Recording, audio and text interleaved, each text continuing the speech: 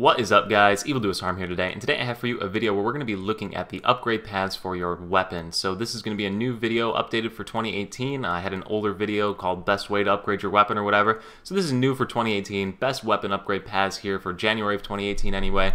And we're going to go ahead and look through those right now. So basically, to open up your weapon upgrade paths, press Control-I on your keyboard.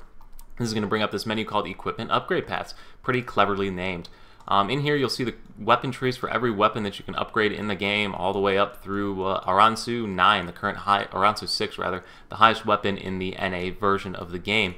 What I'm going to do here is basically cover up the fastest ways to upgrade your weapon from Baleful 1 all the way to about Raven 9. After that, you're on your own, figure out how to get your Aransu weapon. But anyway, so starting from Baleful 1, you're going to see, or Baleful or Seraph 1 I should say, since you can pick either weapon.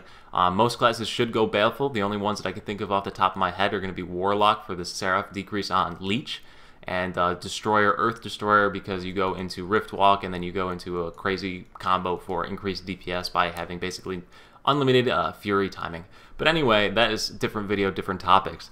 Starting from Weapon 1 though, so if you hit Specify Starting Equipment on the down here, this little icon, and then you can specify any distance you want to go. So we're going to go all the way up to Seraph 9, since that's where the first breakpoint happens in here. So Seraph 1 through 9, these are the PvE paths, of course.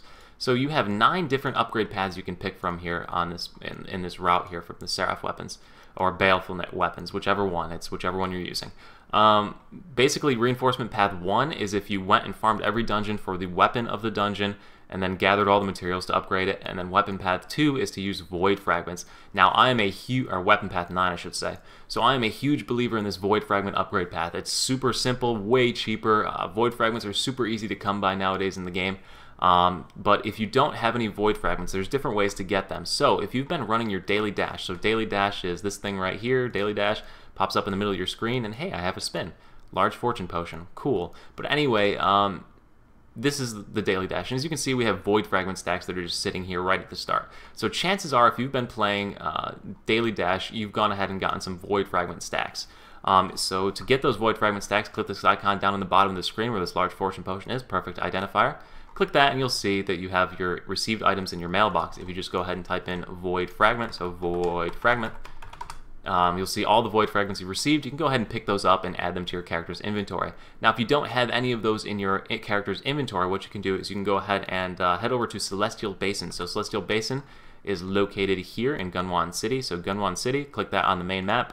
Then Celestial Basin is down here in the bottom right corner. Celestial Basin, the fastest way to get there is go to base camp right here and walk it. Celestial Basin will give you quests.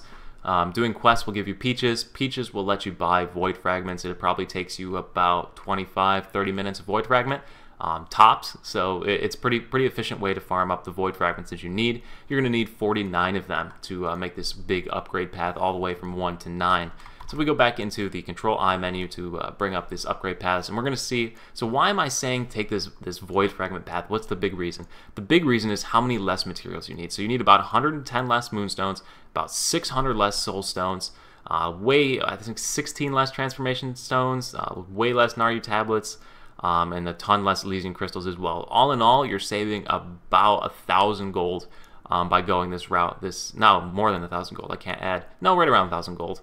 Maybe 1,500, about 1,500 gold going this path by upgrading by Void Fragments instead of upgrading the weapons. So additionally, instead of having to farm all these weapons, all you gotta do is get Void Fragments. So Void Fragments drop from every boss. Naryu Sanctum and above, I believe, drops Void Fragments. So if you're running Naryu Sanctum already and you're like, I don't know, maybe Seraph 6 or Baleful 6, all you got to do is save up some Void Fragments and make those upgrades. Now, to get into those Naryu Sanctum parties, you're probably going to need to farm up Celestial Basin or use the free ones that you got.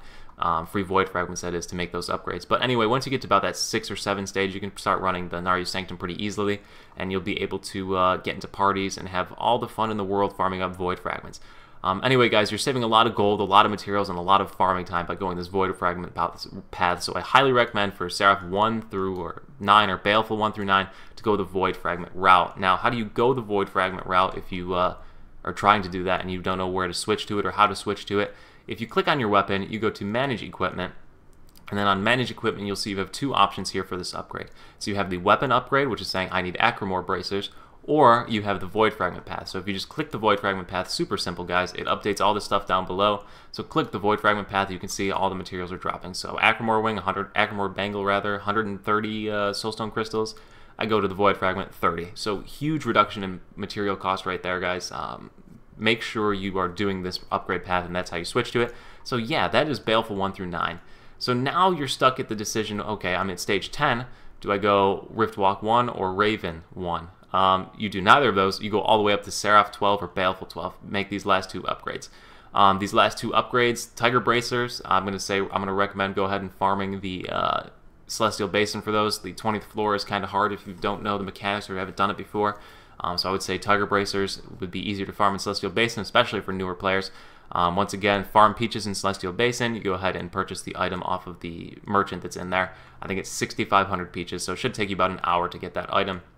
And then, of course, 11 to 12 is Xanos Bracers, or Xanos, whatever your weapon is. I would say it's probably easier to go ahead and actually farm Xanos for this than waste the time on Peaches, because you also have the chance to get your bracelet, and you'll be farming up cores, and it'd be an all-around better farm, I'd say, to go the Seraph 12 through by actually farming Naryu Sanctum. Now, this first upgrade, though, 9 to 10, you need these Gunwan Bracers, and everybody that did that new level 50 character voucher, it did not get these Gunwan Bracers. So you can go ahead and purchase these from the Celestial Basin merchant Lee Yujin once again. Also, I'm pretty sure there's a merchant around here somewhere in Faircloud that sells these as well.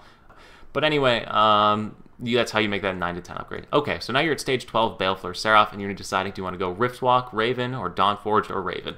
Those are your three options. You have Riftwalk, Dawnforged on this side, or you can go Raven. Personally, I'm going to recommend you go Raven. The DPS increase you're going to see from Raven is astounding. All of your skills get a 200% AP increase, or all of your main DPS skills get 200%, 150%, 300%. I mean, Gunslinger's tab gets like 1,000% increase on this first upgrade. You're looking at crazy damage increases by going the Raven route. Now, especially more so that you can actually just purchase your Raven material off the marketplace. So with the patch that came out a week and a half ago, as you can see here, I've already got one primed up, the Animus. So when my character needs an Animus, I just type in Animus, and 250 gold, I can have the Animus. I don't need to farm Raven King, I don't need to get any stronger. As soon as I can buy this Animus, I can make the upgrade. It's a no-brainer upgrade to me, personally, I believe anyway, to go the Raven route. Now, everybody and their brother's going to come at you saying, yeah, but it costs more money in the end. Well, I mean, at the end of the day, this game is about having fun and doing damage. Alright, and the difference is 3,000 gold, about 3,000 gold in materials to go the Raven route first instead of going this Dawnforged over to Raven. You save 3,000 gold if you go Dawnforged or Riftwalk and then jump to Raven after. At the end of the day, though, the game's about having fun, the game's about doing damage, the game's about getting into parties, and you're going to have a lot more fun with this game going Raven. Now, if you are leveling an alt and you have crazy amounts of money saved up and you're trying to make the huge jump and get to the maximum DPS as fast as possible, yeah, go Dawnforged up to 9 and then jump over to Raven. That's the fastest, cheapest way to make those upgrades. However, as far as a casual player playing through the game, wanting to do better, wanting to see improvements every time they upgrade their character, I would say go Raven. It's a no-brainer to me. The Animus or whatever is so easy to get. Like before when you had to run Skybreak Spire to get the Animus or whatever, yeah, you probably should go Dawnforged so you can get into parties and then jump over to Raven after. But now that you don't need to even find a Raven party to get into the Raven weapon tier, no-brainer. I would say go Raven weapon. That being said, you notice there's going to be this little 3-weapon gem slot icon that's over there on the screen. Don't even worry about that. You'll always stay at how many ever slots you have now. You'll always have as you go up the list. So don't worry about that. That's not anything to worry about. Otherwise, yeah, guys, I would recommend going Raven. That is my recommendation for progressing a character. Once again, though, going Dawnforged will save you about 3,000 gold. So if you want to save gold and move slower, go ahead. Because the other thing is Raven weapon. All you need are Raven King souls. These weapons here, you need to actually farm the dungeons until you get the weapon that you need. For example, the Mechanizer weapon, you need to farm Iron Tech Forge over and over and over until you get that Iron Tech, the Mechanizer weapon, which could be rather tedious. Whereas Raven weapon, you just got to pick up Raven King souls, which you pick up about 6 or 7 a week. Pretty easy to farm up. Anyway, guys, that is my new upgrading paths, suggestions, how to quickly upgrade your weapon in 2018, new for January 2018. So if you did like the video, make sure to leave a like. Check out some of the other stuff on the channel. Got a lot of great videos on upgrading and gearing. And if you do like the stuff, make sure to leave a subscribe and check out some future content. Anyway, guys, I'll see you at the next video. Thanks for watching. Peace.